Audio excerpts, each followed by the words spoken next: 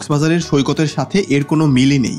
এখানকার বালি ধবধবে সাদা, আর পুরো সৈকত জুড়ে ছড়িয়ে আছে কোটি কোটি ঝিনুক আর শামুক। প্রায় 9 বর্গ কিলোমিটারের এই দ্বীপের 3 দিকেই সমুদ্র। বলছি সোনাদিয়া দ্বীপের কথা। অনেকবার কক্সবাজার এলেও সোনাদিয়া দ্বীপে আসলে কখনোই আসা হয়নি। এবারও প্ল্যান ছিল মহেশখালী যাব, কিন্তু হঠাৎ প্ল্যান চেঞ্জ করি। আজকে আমরা যাব সোনাদিয়া দ্বীপে। প্রথমে আমরা চলে এসেছি কক্সবাজারের 6 নম্বর জেটিঘাটে। মহেশখালী ও সোনাদিয়া দ্বীপের বোটগুলো এখান থেকেই ছাড়ে।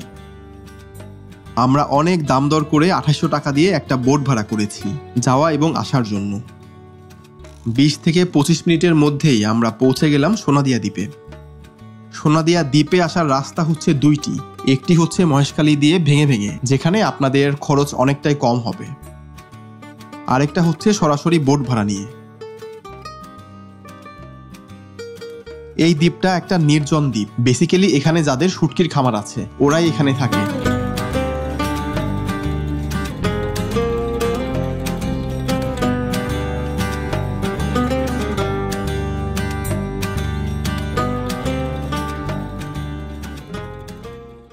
সোনাদিয়া দ্বীপ আসছি। সোনাদিয়া দ্বীপের মাঝখানে একটা নদী আছে, এই নদীর নাম হচ্ছে মায়াবী নদী। তো এই মায়াবী নদী দেখেন কি চমৎকার।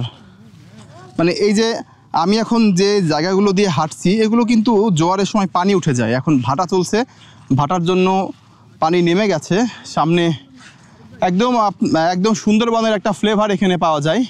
এখানে পানির মধ্যে অনেকগুলো বক দেখতে পাচ্ছি।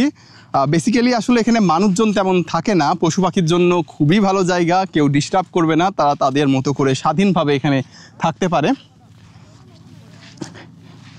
তবে আসলে আজকে এখানে আসার প্ল্যান ছিল না, হঠাৎ করে আমরা মহেশখালীর দিকে যাচ্ছিলাম। তো মহেশখালীর দিকে যাওয়ার পথে একদম সাগরের মাঝখানে হঠাৎ করে ড্রাইভার বলল যে আপনারা চাইলে সোনাদিয়া দ্বীপে যেতে পারেন, সেখানে ভালো ফ্রেশ শুটকি পাওয়া যায়। তো সেজন্য আসলে ওর কথাই, যেহেতু আমরাও কখনো আগে আসিনি, তো আমরা চলে আসলাম এই সোনাদিয়া দ্বীপে। এবং দেখেন সোনাদিয়া দ্বীপে এসে আসলেই চমৎকার একটা জায়গা পেয়েছি। সাগরের পাশেই একটা নদী যার নাম হচ্ছে মায়াবী নদী, এবং এই নদীটাই সাগরের সঙ্গে একদম মিলে গেছে। এখানে যারা ক্যাম্পিং করতে আসবেন, এখানে একটা বন বিভাগের অফিস আছে, আপনারা সেখান থেকে পারমিশন নিয়ে এখানে ক্যাম্পিং করতে পারবেন। তবে ক্যাম্পিং করার জন্য আপনাদের যা যা লাগে সবই কিন্তু আপনাদের এখানে নিয়ে আসতে হবে, কারণ এই জায়গাতে আপনারা এসে কোনো দোকানপাট কিচ্ছু পাবেন না, এবং খাওয়ার যে পানি সেটারও দোকান এখানে নেই। সো আপনারা যারা এখানে ক্যাম্পিং করতে আসবেন আপনারা ট্রাই করবেন মোটামুটি যা যা লাগে একটা মানুষের একদিনের জন্য সব কিছু যেন আপনারা এখানে নিয়ে আসেন।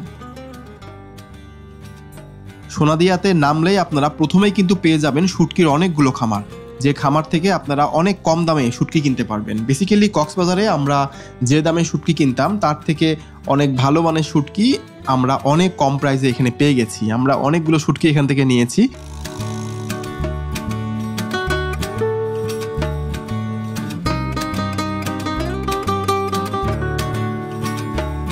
বেসিক্যালি কক্সবাজার যারা আসেন খুব একটা মানুষ কিন্তু এই সোনাদিয়া দ্বীপে আসে না। অনেকেই কক্সবাজার থেকে মহেশখালী ঘুরতে যায়, বাট সোনাদিয়া দ্বীপে তেমন কেউ আসে না। এই জন্য এখানে কিন্তু পর্যটন খুব বেশি গড়ে ওঠেনি।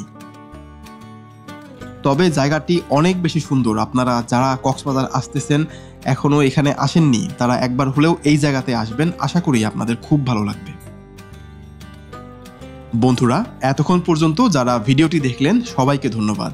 যদি ভিডিওটি ভালো লাগে একটা লাইক করবেন, আর পরবর্তী ভিডিও দেখতে চ্যানেলটি সাবস্ক্রাইব করে রাখতে পারেন। আজকে বিদায় নিচ্ছি, দেখা হচ্ছে পরের পর্বে। সবাই ভালো থাকবেন। আল্লাহ হাফিজ।